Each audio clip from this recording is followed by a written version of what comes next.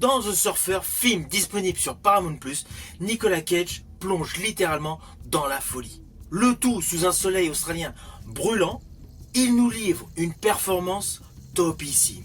Pourtant, qui n'est aucunement confortable. Sa prestation est fascinante et elle oscille entre cauchemar existentiel et drame sur la masculinité. Naturellement, j'estime que Nicolas Cage dans ce film est impeccable. Ceci dit, ce film me laisse totalement perplexe. Et évidemment, je vais vous dire pourquoi. Mais avant cela, n'oubliez pas, si vous n'êtes pas abonné, pensez à le faire, pensez à la petite cloche pour les notifs, et surtout pensez à me mettre en commentaire tout simplement ce que vous avez pensé de ce film qui est disponible actuellement sur Paramount+. Let's go! Alors tout d'abord, fiche technique de ce film. Il a pour titre The Surfer, c'est une coproduction australienne et irlandaise, et ce film est réalisé par Lorcan Finnegan, sur un scénario de Thomas Martin.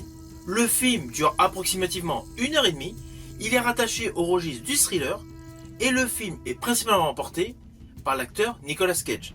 Ceci dit, l'antagoniste principal de ce film est l'acteur Julian McMahon, dont c'est l'un des derniers rôles au cinéma. Et justement, dans ce film, il a un rôle assez particulier, au cœur d'une histoire qui est la suivante.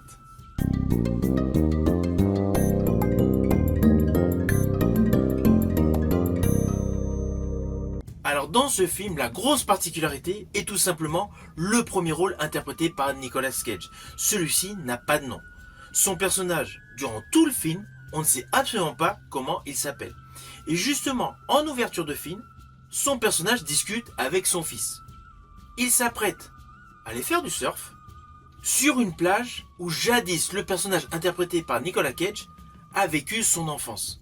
On comprend assez rapidement au dialogue que son fils ne vit pas avec lui, mais avec son ex-femme qui est en instance de divorce.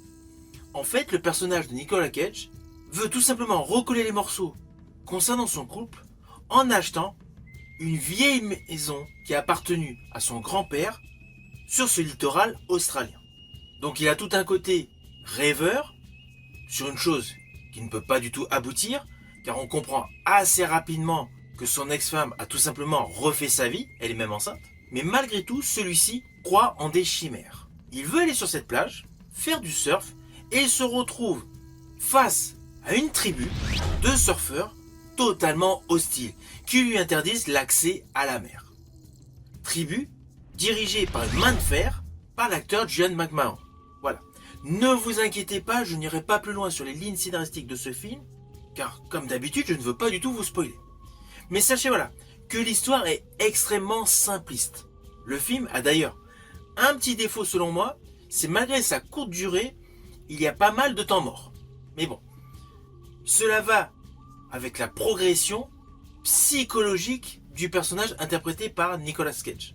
Alors justement, c'est indéniable, il porte à lui seul tout le film. Sa performance fait partie de ses meilleures performances au cœur de sa filmographie. Son rôle est transcendant. Il change complètement, il évolue totalement. À la fin du film, il est radicalement antagoniste à sa posture, à sa psychologie du début du film. Il donne réellement l'impression d'être habité par son personnage. Personnage qui a un côté très paranoïaque. Alors pour agrémenter son origin story, on a quelques petits flashbacks sur son enfance. Mais il n'y a pas de dialogue, c'est uniquement des petits flashs visuels. Avec naturellement une colorimétrie sépia. Car la majorité de ce film se déroule sur la plage australienne sous un soleil brûlant. Donc naturellement, les couleurs sont extrêmement vives. Mais malgré tout, on ressent une paranoïa, une descente aux enfers du personnage interprété par Nicolas Cage. Sa folie intérieure prend le pas sur son raisonnement. Il est totalement obsédé, névrosé et désemparé. Juste, une petite scène clé, ne vous inquiétez pas, ça ne va pas du tout vous spoiler.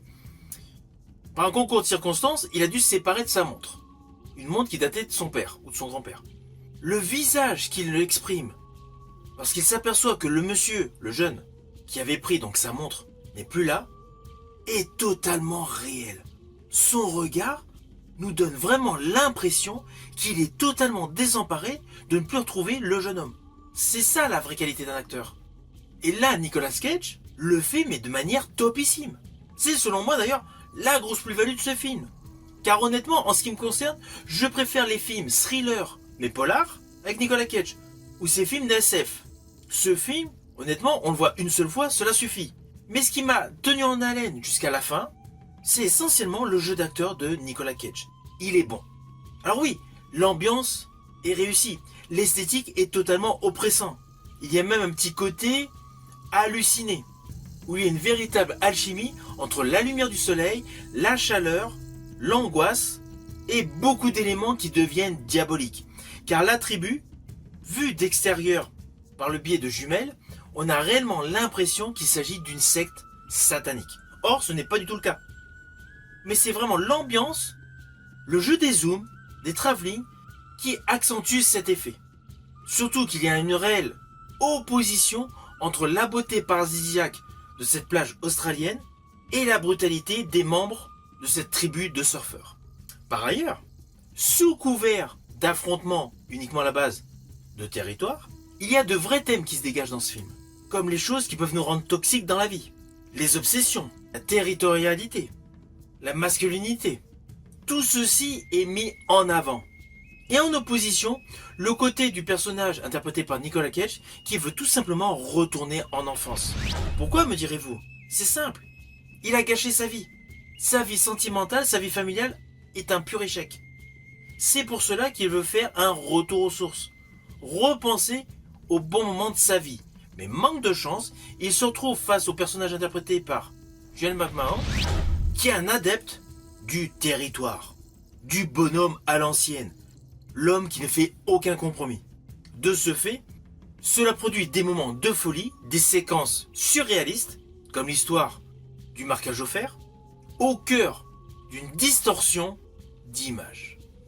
En fait, ce film part d'un thriller, un postulat de thriller, un père de famille avec son fils qui ne peut pas aller sur la plage car il y a des surfeurs qui l'en empêchent, puis bascule sur des travers de notre société.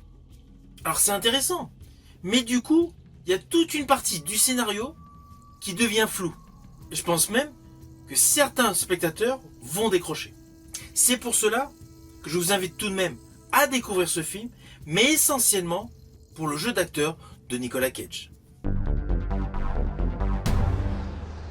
Alors au final, naturellement, c'est un film que je vous invite tout de même à voir, même si je suis un peu perplexe sur le déroulé de l'histoire.